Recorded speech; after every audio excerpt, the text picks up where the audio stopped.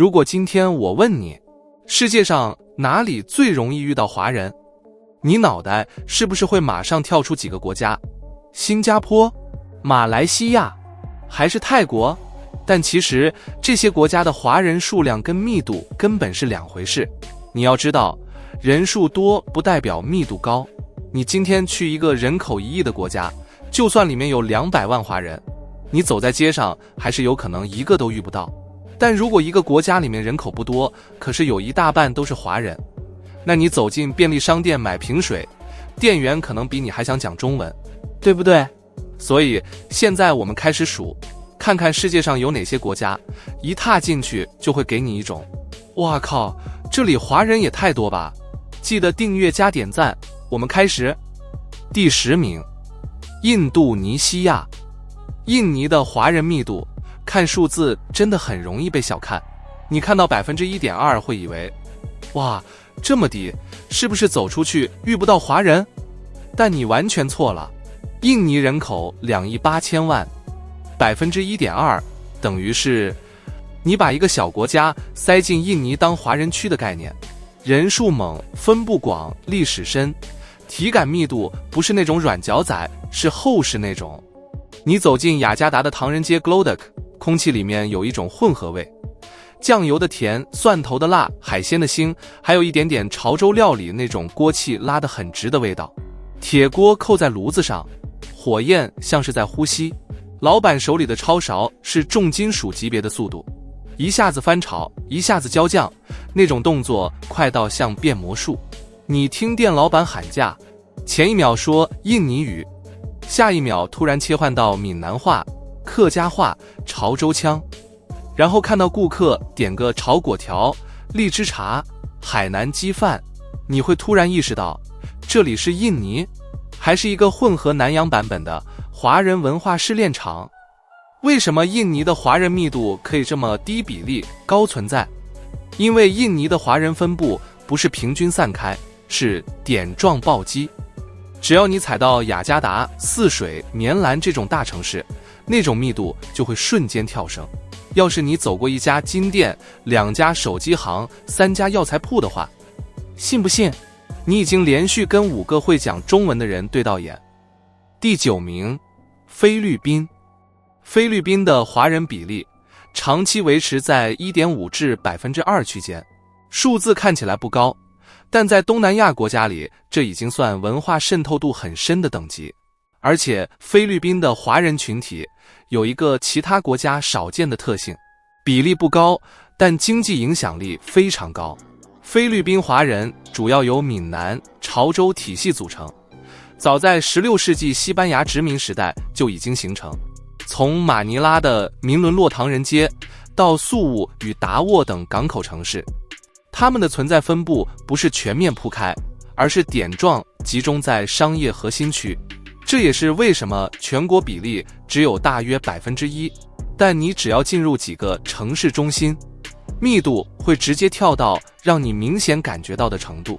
全國通行他加祿語，但菲律賓華人很早就全面使用第3語言閩南話或潮州話，這讓他們在外人眼中不那麼顯眼。但經濟活動和家族網絡非常穩定，菲律賓的華人常年掌控本地許多關鍵產業，零售業、貿易、批發、科技分銷、房地產、銀行、金融服務。你去看菲律賓前幾大企業，背後大多是歷史悠久的華人家族。這就是密度不高，但節點密度驚人。換句話說，他們不是多，而是在重要的位置上特別多。假如你在路邊攤吃東西，看起來像菲律賓味，但成分拆開，裡面有一半是過去華人留下的技術，什麼閩南風格炒麵、福建春捲等等。所以雖然全國比例只有 1.5% 至 2%， 但華人的文化密度、經濟密度、人民密度、語言密度、商業密度全部超過這個數字本身。第8名，緬甸。緬甸的華人比例，學界長期維持在 3% 左右。最典型的例子就是曼德勒，如果全國華人比例是大約 3%， 曼德勒市區的體感密度就直接跳到 30%。依照區段與商業街不同，數字完全是兩個世界。為什麼會出現這種全國低城市高的情況？從18世紀開始，雲南商隊沿着中緬古道南下，帶來布匹、中藥、茶、工藝品，回程帶回寶石、米、木材。這條商路最後在曼德勒定點，變成緬甸境內最重要的商業節點。華人不是來打工，是直接在節點上做生意，這讓他們從一開始就扎根在城市，不是分散在鄉鎮。到了英國殖民政府的19世紀末至20世紀初，開放緬甸內陸的貿易牌照，大量由華人取得批發、貿易、金飾與乾貨的經營權。這造成一個很明確的格局：緬甸華人主要掌握城市產業鏈，而非鄉村勞動力，比例不大，但全部集中在看得到、用得到日常最需要的行業。第7名，文萊。文萊的華人密度是一種國家小到你幾步路就走完，但華人存在感大到你不可能沒注意到的密度。這國家人口只有區45萬左右，結果裡面大概 9.6% 是華人。你換算一下，就是每10個人裡面快要1個是華人。對於一個這麼迷你的國家來說，這比例已經不是高，是濃到像珍珠奶茶加到3倍料那種程度。你走進文萊首都斯里巴加灣，那個感覺很妙，街道安靜，空氣乾淨到不太像東南亞。結果你只要去商業區逛一圈，金飾店、藥材鋪、餐館、電子產品店，你會發現一個很尷尬但真實的現象：你明明走在文萊，卻突然覺得自己好像在沙撈越的華人街。而且文萊華人有一種超穩定體質，低調專心做生意，不吵不鬧，但你去哪裡都看得到、用得到、接觸得到。他們不搶鏡，但鏡頭永遠繞不開他們。文萊的美食圈也被華人滲透得很舒服，你點個海南雞飯，點個炒麵，點個燒臘，那個味道比你在某些大國吃到的還更原版。因為在文萊的華人餐館裡，該用的火候、該有的醬油香一點都少不了。文萊雖然小，但味道一點都不縮水。最有趣的是，你如果在文萊講中文，幾乎不會有人意外，甚至很多店員講起福建話、客家話是非常順的那種。這就出現一個很可愛的反差：國家是馬來文化主導，但城市裡的日常聲音常常會突然跳出來，這個給你便宜一點。第6名，澳大利亞。澳大利亞的華人密度是那種會讓你懷疑，到底是誰告訴我這裡講英文的？全國平均只有 6%， 但你只要一降落在悉尼、墨爾本，那體感密度瞬間翻3倍。數字是 6%， 你體感是 36%。你去看看悉尼大學跟墨爾本大學附近那些街區，麻辣燙、港式茶餐廳、台式炸雞、越南河粉、日式居酒屋，你會懷疑自己是不是跌進一個亞洲料理大亂鬥的平行宇宙。店員切換中文、英文、粵語的速度比你滑手機切 App 還快，而且還不止語言。你在澳洲開車，廣播隨便一換，就會跳出華語電台的廣告。各位聽眾朋友，今晚8點記得準時收看1秒夢回亞洲城市。澳洲給你的感覺就是那種明明是西方國家，結果生活體驗越来越像新加坡旁邊的一個大型衛星城。而且澳洲華人跟其他國家不太一樣，他們的構成非常多元，有來自台灣、香港、馬來西亞、新加坡、中國大陸的，這也造成澳洲的華人圈很雜。但就是因為雜，密度反而更明顯。講真的，你在澳洲想完全避開中文，比你在夜市買到一杯沒有珍珠的珍奶還難。第5名，加拿大。加拿大全國的華人比例大約7%。但如果你把鏡頭拉到溫哥華、大多倫多這些城市，那個比例會像被放大鏡照到一樣，瞬間跳到30%甚至更多。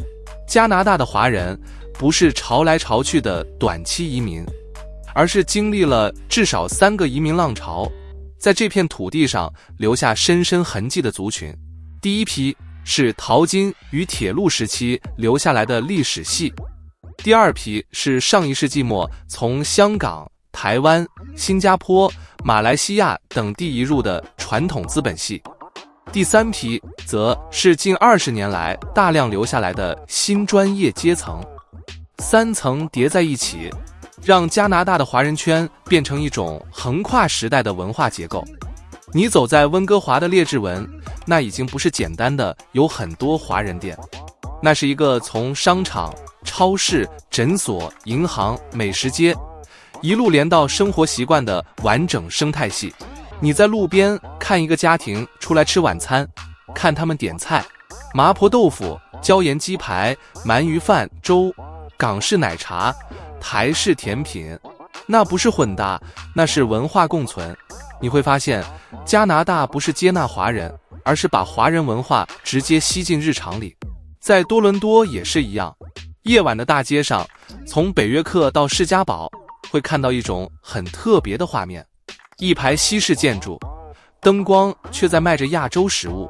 英文廣告牌的旁邊掛着中文的菜單，旁邊的咖啡廳裡，年輕人一邊用英文討論作業，一邊用中文抱怨教授太嚴格。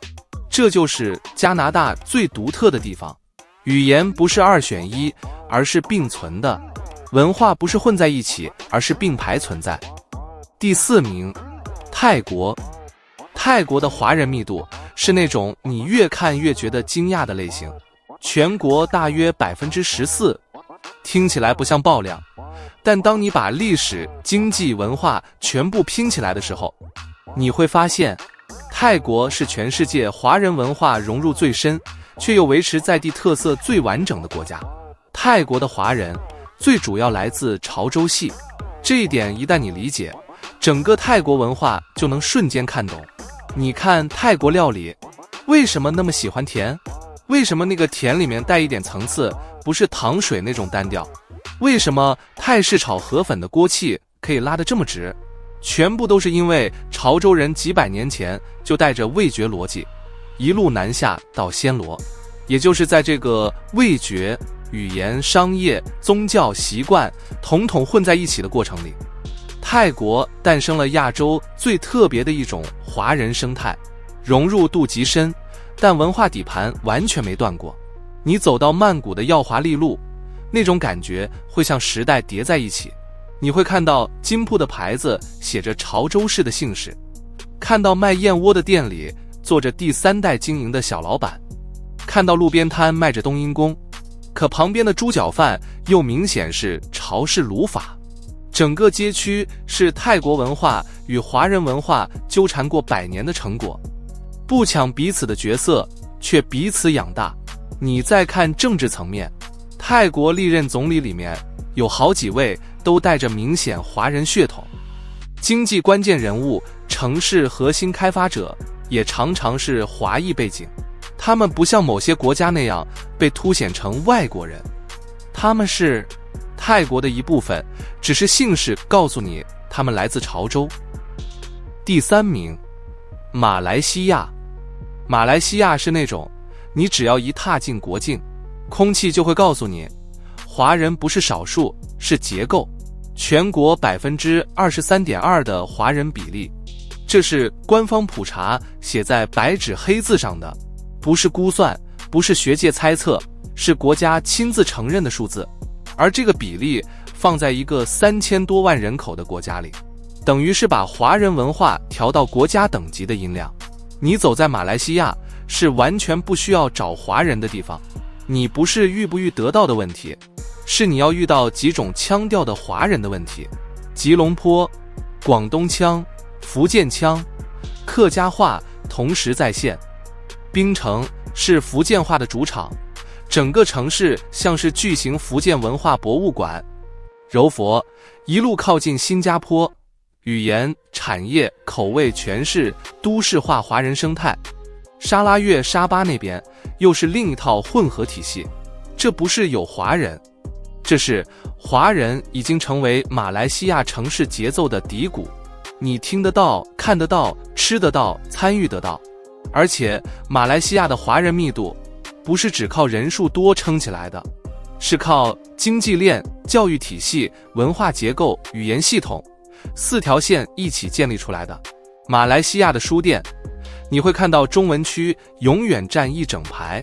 馬來西亞的廣告牌，你會看到英文、馬來文旁邊出現很自然的中文。馬來西亞的美食，你會發現炒粿條、肉骨茶、福建麵、雲吞麵、海南雞飯，這些東西不是華人料理，它們已經變成馬來西亞國家味道的一部分，甚至連都市規劃都能感受到這種多文化並存，但華人體系極度穩固的結構。一個國家要讓一個族群達到這種密度，不只是人口的問題，而是幾代人一起把文化扎根扎到城市底層。在很多國家，華人是可見族群，在馬來西亞，華人是國家的組成成分。你在這裡講中文，沒有人覺得奇怪；你在這裡用福建話買早餐，也沒有人多看你一眼。你在這裡吃東西時，可能點的全是中華文化的變體，但每一道都帶着馬來西亞自己的性格。第2名，新加坡。新加坡是那種你明明出國了，但感覺好像還沒離開華人區的國家。全國 75.9% 都是華人，這個比例大到什麼程度？大到你在新加坡講中文，別人完全不會覺得你在秀語言，他們只會覺得你在排隊買雞飯。你走在烏節路、牛車水、但賓尼，會發現一個非常奇妙的現象，你根本找不到會講中文是一件特長的理由，因為連賣魚的阿伯、賣飲料的妹妹、開計程車的司機，全部都能跟你用中文碎念幾句。而且新加坡的華人不是很多，是太多，多到政府直接把中文寫進官方語言制度。這不是開玩笑，是寫進法律那種。一個國家把華語放在官方語言裡，你就知道這已經不是人口比例，這是默認設定。講現實一點，新加坡就是一種華人文化、政府效率、都市規劃、一點點軍事紀律混在一起的版本。你走在 MRT 裡看看大家的樣子就懂了，秩序到像模擬人生的 AI， 但一出站看到肉骨茶，馬上恢復人類。最好笑的是，新加坡的餐飲密度也超現實。你去小販中心，海南雞飯旁邊放炒粿條，炒粿條旁邊放福建麵，福建麵旁邊放娘惹菜，然後你突然意識到，哎，這不是中華料理3合1？怎麼全部變國民美食了？沒辦法，華人太多，多到連食物都開始跟着一起國籍混亂。你吃到最後會想，到底是中華料理影響新加坡，還是新加坡影響中華料理？第1名，台灣。台灣是全世界除了中國以外，華人比例最高、文化最完整、結構最穩固的國家。這裡的華人佔比超過 98%， 而這個數字不是新移民堆出來的，是整個島嶼幾百年來的語言、族譜、飲食、審美、制度，一層一層累積出來的文化主體。你在台灣不需要找華人，因為台灣整個國家的生活方式就是華人文化本身。你走進夜市，油鍋在那邊敲，蒸汽在那邊冒，攤位的燈一串一串亮起來，那不是華人元素，那是華人生活的日常形態。你去台南看老街，去台中看夜市，去台北看捷運，看書店，看巷口賣飯糰的阿姨，你會發現一個非常重要的事實，台灣是全世界唯一一個以華人文化為主體，又發展出自己獨立風格的國家。語言系統也一樣，中文是主體，閩南、客家、原住民語融在一起，加上年輕人一開口就是混搭英語、網絡語氣，變成世界上最華人式但又最現代化的語言生態。台灣的文化密度不是滿，是深。你吃一口滷肉飯，你知道那油箱底下是100年以上的飲食脈絡。你看一場廟會，那不是活動，那是族群記憶的延續。你去便利商店買個飯糰、關東煮，你會發現，就連現代化的生活便利都跟華人味完全綁定。在世界上很多國家，華人文化是外來文化，在台灣，華人文化是國家根本。你不會覺得自己在異地，你會覺得，哦，這裡就是華人文化走到現代之後的樣子。當你把這10個國家看完，你會發現一個很清晰，但很多人從來沒真正想過的事實：華人文化不是一種遷移文化，它是一套會在世界各地扎根、固化、進化的系統。這些國家串在一起，就是華人文明在全球的8個方向、10種形態。這就是華人密度地圖真正的意義。好了，有什麼想討論的，可以在留言區留言，也別忘了訂閱和點讚，也可以告訴我下一期你想了解什麼內容。我們下期見。